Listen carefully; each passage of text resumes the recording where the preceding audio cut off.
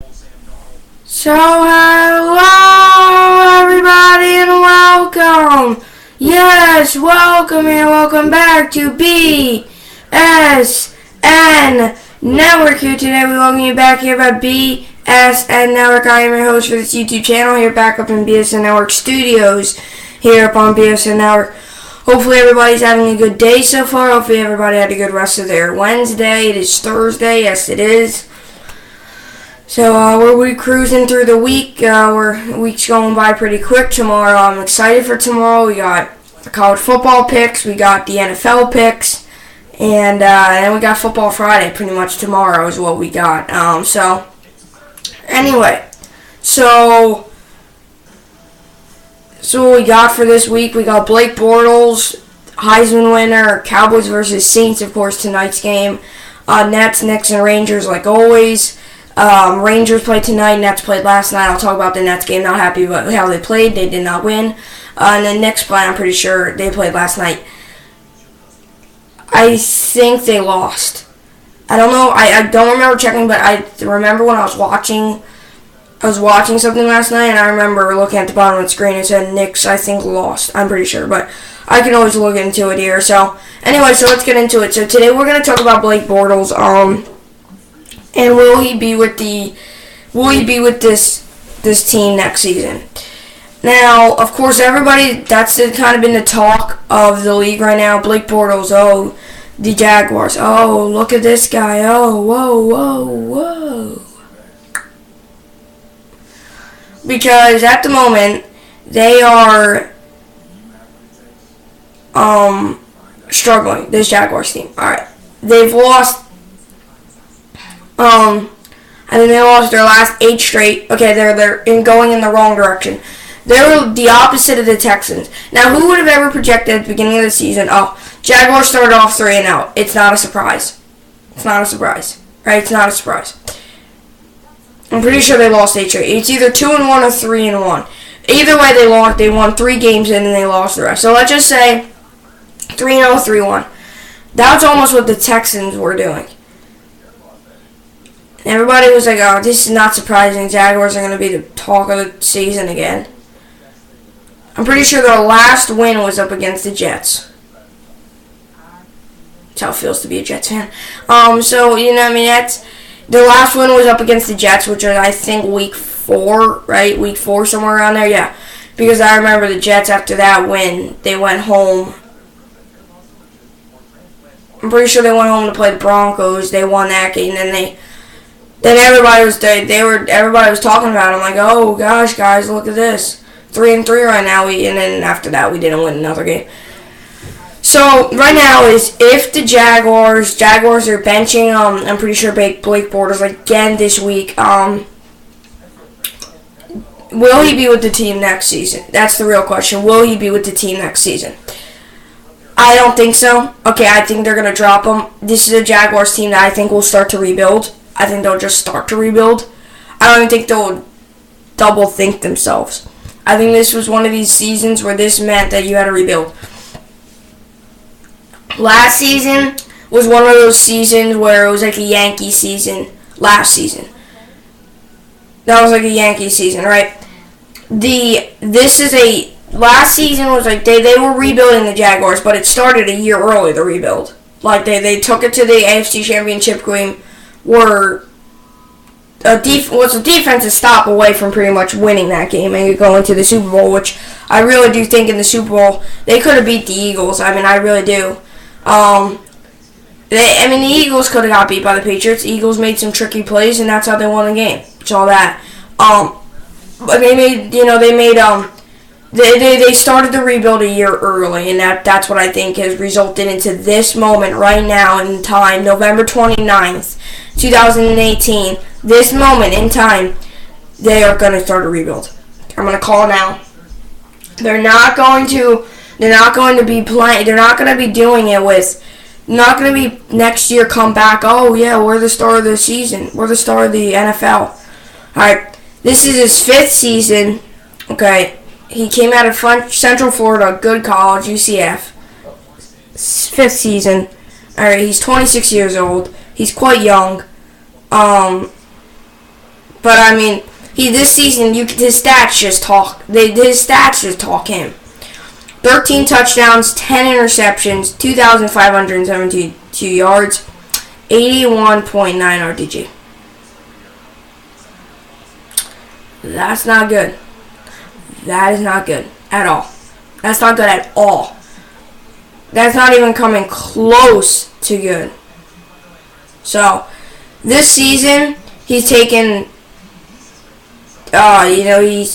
he's taken some hits this season, definitely. He's taken 27 sacks and for a total of 149 yards. So, he's definitely taken some almost 2 full football fields of sacks. This offensive line isn't staying in either. But I think they should bench Bortles. I think they should. I think they should bench him. And, of course, Leonard Fournette's out this week, which is an asset on their team that they need and they don't have now. That's another problem. So, this is kind of a toss-up game for them. Do you play Bortles and then, do you play Bortles or do you play your backup? I say for the rest of the season, play your backup. All right, I think what they're trying to do is they're trying to get Bortles a week off, and then they're going to try to get him back in there. It's not working. It is not working. Last season was your make or break game. Okay, because technically they're not mathematically out of it. Okay, let me just read you. Okay, 90% of the time, the wild card games are going to be where you have to be 9-7. 90% of the time. Okay.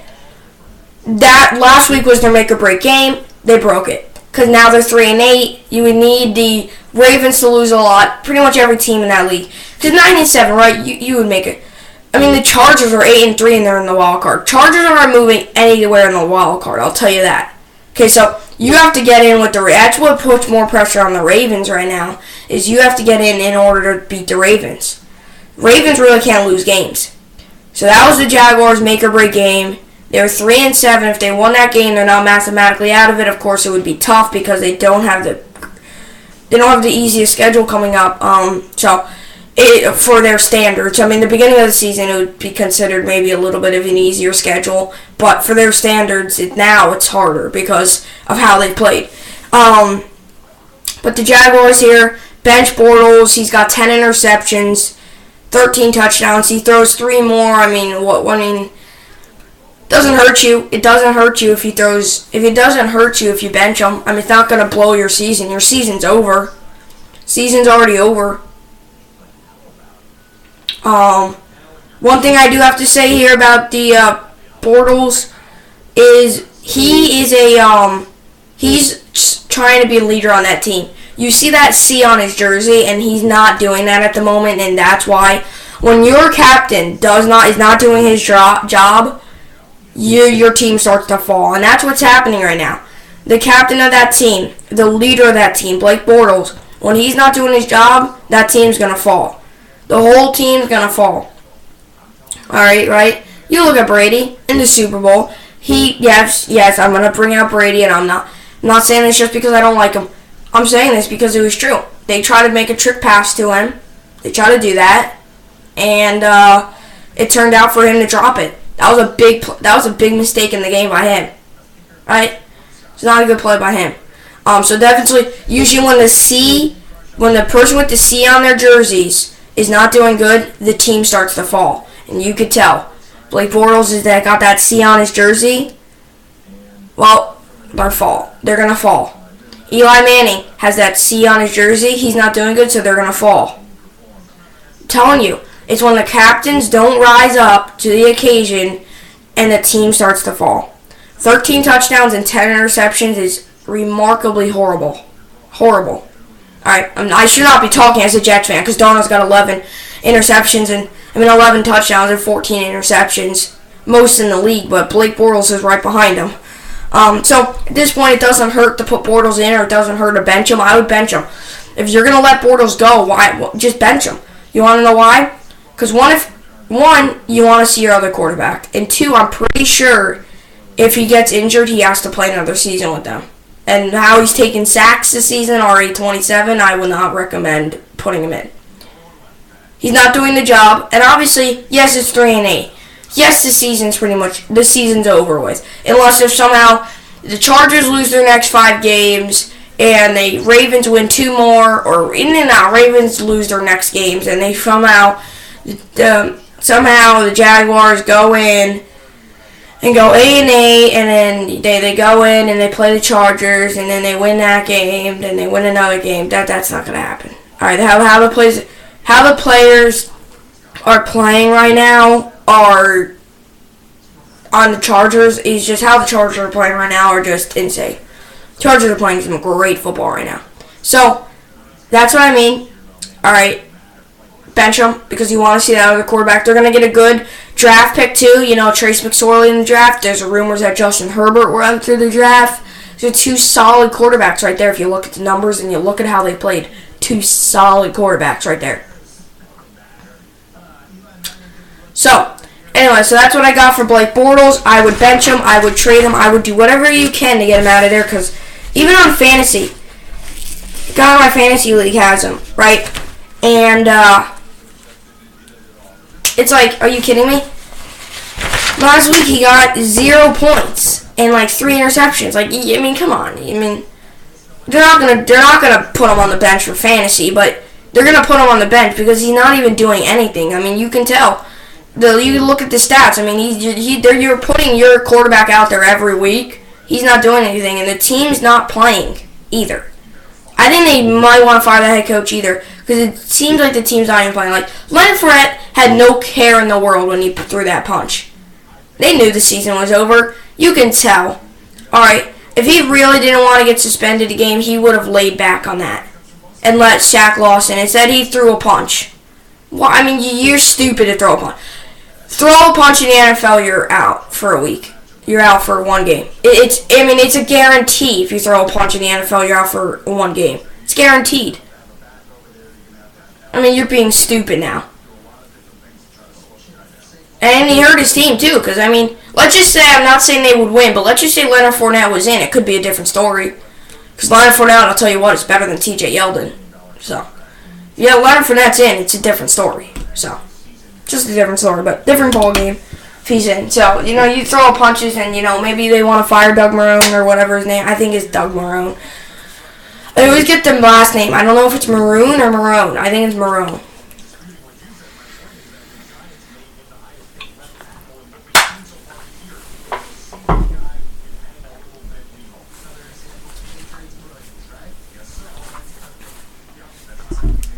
Alrighty, so let's get into it here. So we got the Heisman Trophy.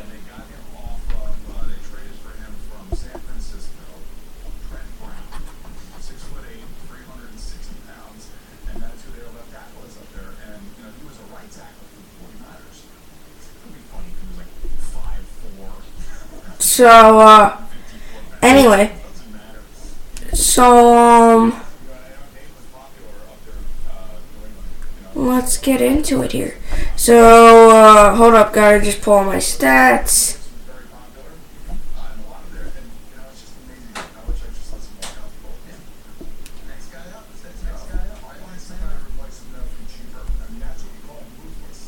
Alright, so here we go. So this season, of course, another great season in college football. I just want to clap it up. Another great season in college football. Congrats to all the teams that have made it to the conference championship game. I'll talk about that tomorrow. Good luck. This kind of starts you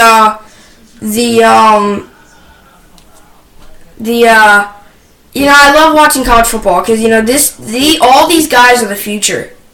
Right, future. Tua, future. Kyler Murray, probably future. Trevor Lawrence, future. Why I said Kyler Murray probably future is because I read an article that he wants to play football. I mean, he wants to play baseball when he gets out of college. So, I mean, who knows? But Kyler Murray possibly future. Where was I? Yep. Trevor Lawrence future. Trevor Lawrence future, right? A lot of these guys, Dwayne Haskins future, Will Grier future, Gardner Minshew future. all these guys are future, right? You could kind of say that. All these guys are future. But when it comes down to who should win it, I'll talk about that today. So, like I said, great season in college football once again. It's just been a great season for all these guys. Of course, for all these players, it's been an awesome season, and I just want to congrats to the team who's made it, like I said before. And for the teams who didn't, there's always next season for some of those freshmen, and for the seniors, obviously, I'm sure you did a heck of a job over there. All right, because I'm sure it's tough walking away from a football, because like some of the players on smaller schools, right? I don't know. I'm not gonna give a school name because I don't know many. I know a lot of football teams, but let's just say a player from a smaller school, right? He was all right. It's tough for these college players to put the helmet up because some of them won't be drafted. Some of them, they were there for all their years. Maybe they had the C on their jersey also, and they had the helmet on, and they had all this stuff on. They were in the starting lineup they started every single game. And maybe they don't make it to the NFL because they were good in college, but that doesn't mean they're going to be good in the NFL. So, it all depends here. But obviously, definitely though, want to congrats to the teams who made it here to this season. And yeah. So let's get into it here. So first off, we got this lineup is according to ESPN. Alright, so I'm noting the source. This is according to ESPN. This is what they think should happen. Tua number 1, Kyler number 2, 3 Dwayne Haskins, 4 Will Grier. This is their top 5 Gardner Minshew. Alright, I'm not gonna. That's their top 5. Alright, that's ESPN's. I'm gonna make my own. I think I know where I'm gonna put it. I'm gonna almost put in the same thing. I do think, though, we'll get into it here.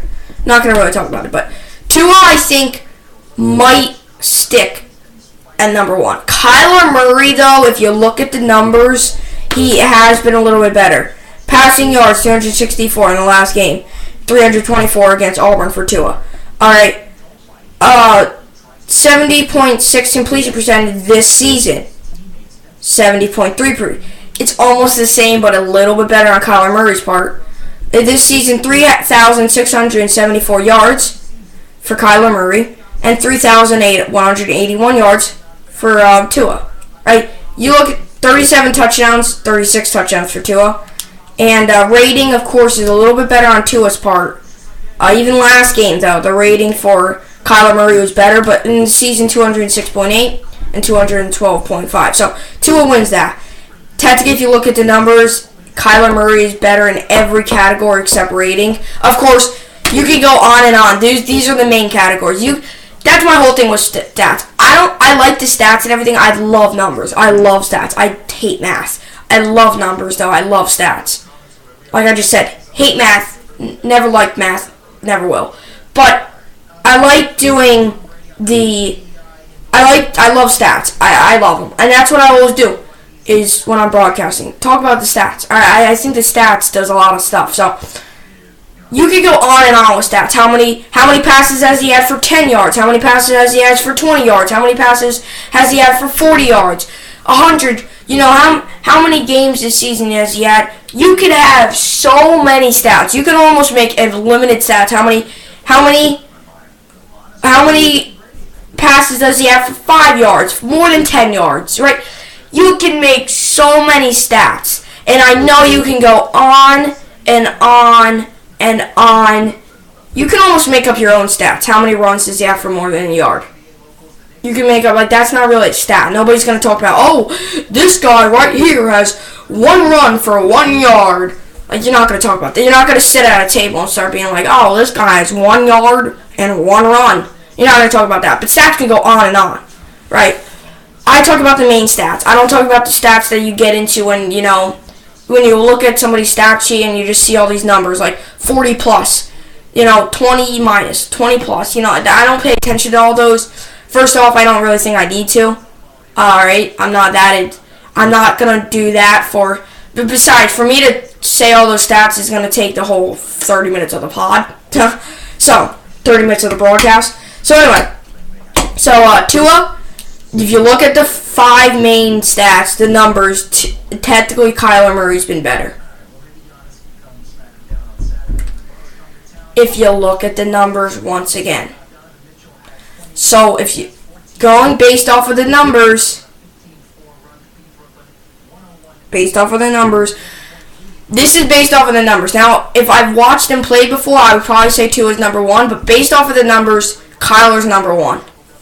Number 2 is Tua, easily. I'm going to put number 3 is easily Will Grier. I think if you look at the numbers here, Will Grier's a little bit, of course, in the season, he's got a better rating.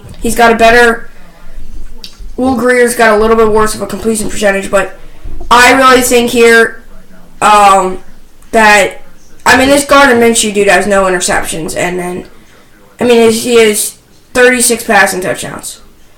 And of course, he's got I'm going to put Gardner Minshew in front of Will Grier. I think Will Grier's a heck of a player. One heck of a player. A star player. I think he is. But easily, without a doubt, I put Gardner. Look at the numbers here. Okay. If you watch the numbers here, 3,864 yards for the guy from the Mountaineers, Will Grier. And then 70.6, and then 4,477 yards for Gardner Minshew. Now, here's the whole thing.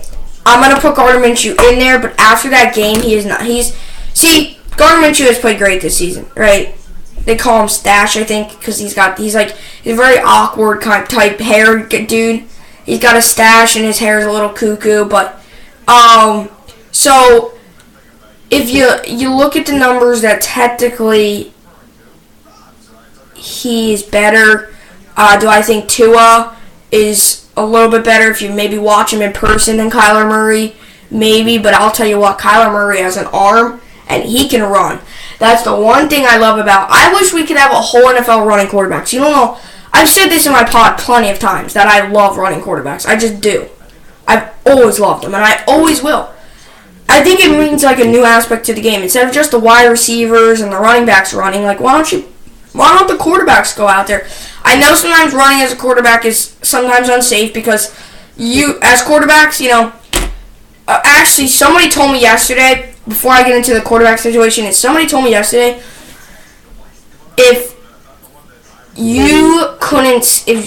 Alex Smith never had a sock on, he would have had a sock on. But let's just say some reason he never had a sock on, you would have saw the bone on Alex Smith's leg.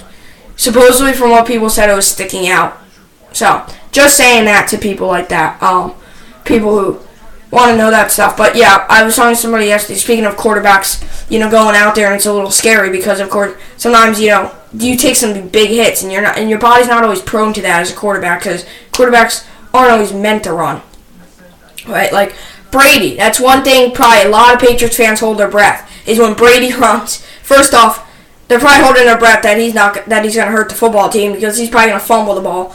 And also, he's going to slide some awkward way and bang up his knee, or he's going to get some sort of concussion from a hit. I'm sure they hold their breath when he starts running. It's probably laughter, though, because, Brady stinks at running. He's got 1,000 yards in his career in running. Yay! 1,000 yards in his career running, and some running backs can get that in one season. Alright, so we got that for my Heisman winner. Who do I really think is going to win the Heisman? Either Kyler Murray or Tua. I do think Dwayne Haskins is there. I think Kyler Murray and Tua, though, are just the talk of the Heisman. Of course, it all depends, too, on this week. Let's just say Kyler Murray wins the game. Let's just say Kyler Murray here finds a way to win. Tua finds a way to lose. Kyler Murray bumps up in front.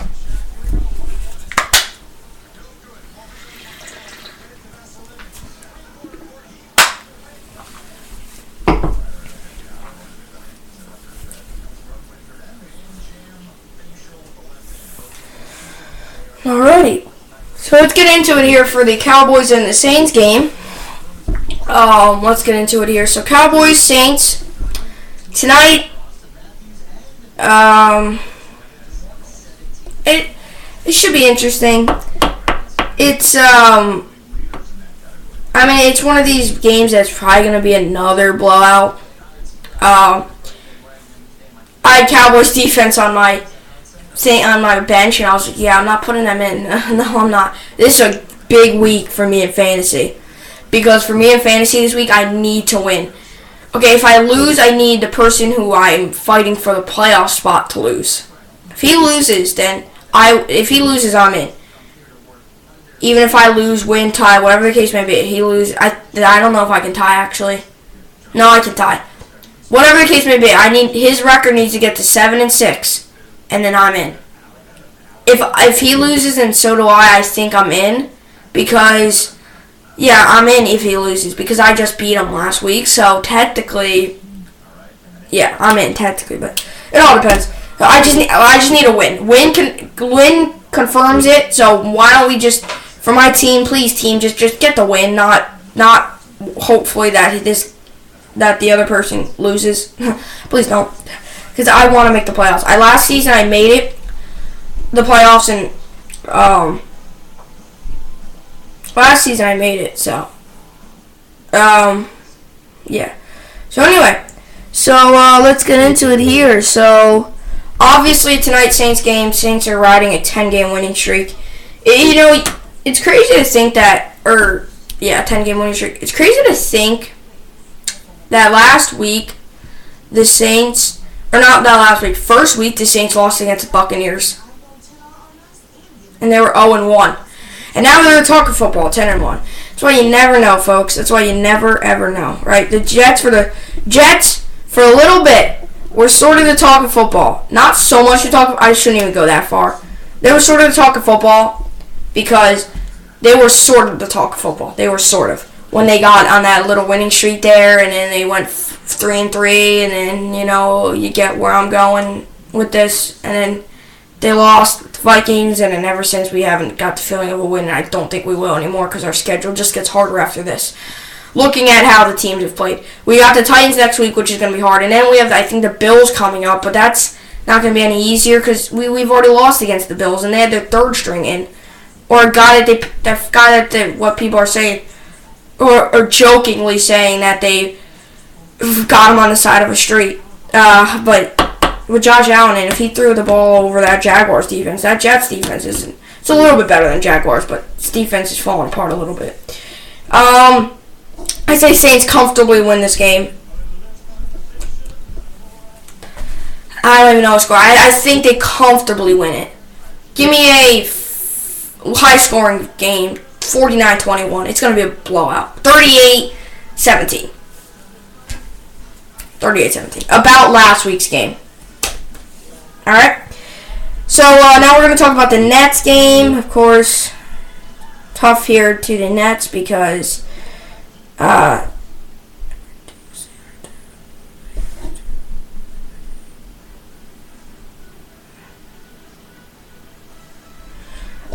so let's get into it here. So the Nets lost last night 101-91. They played tomorrow against the Grizzlies. They moved 8-14 on the season. They've been struggling, and that last period, the fourth period shows fourth quarter. They got outscored 31-13. 31 points by Utah, 13 by Brooklyn. I'm not making this up right now. I'm gonna zoom in even. I'm gonna zoom in here. 13. Look at that. I'm not even showing. It's just 13. It's not a crazy number, but 13. And that's why they lost that game. They put up 20 points there. It doesn't mean they win because they lose by 10, but they're down by 3. So, who knows? At the end of the game, who knows? Grizzlies might have dribbled the ball out at the end of the game, or the Utah Jazz might have, right? And that might have meant that,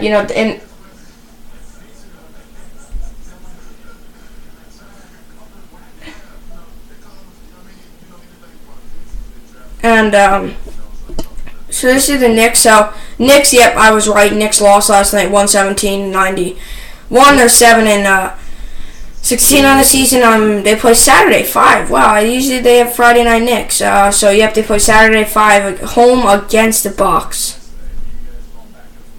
76ers are 15-8, so they play home against the Bucks that game, and then they were away against Sixers, lost that game. Sixers 117-91, and they're falling apart. And the Rangers play tonight. Yay! They play against the Senators tonight. I said they get an easy win. I think they beat the Senators up last time. They moved to 14-10 on the season. I think this is a growing win for the Rangers because I really do think that this is a season that's all of a sudden not turning into a rebuild.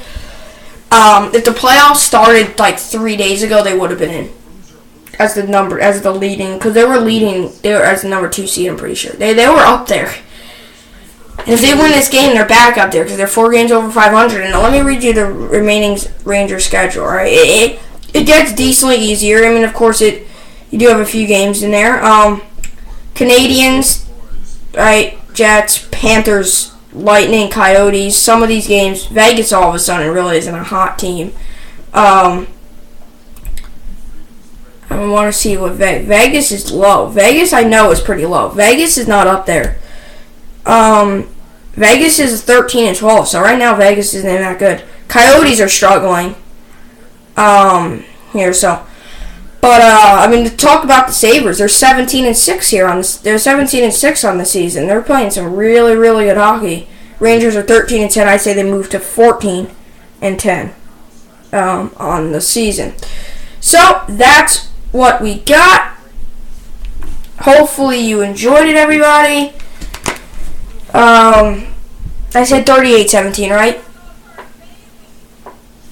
I think I said 38-17. Yeah, so 38-17 is what the score of tonight's game will be. So hope everybody enjoyed it. And like always, thanks for watching.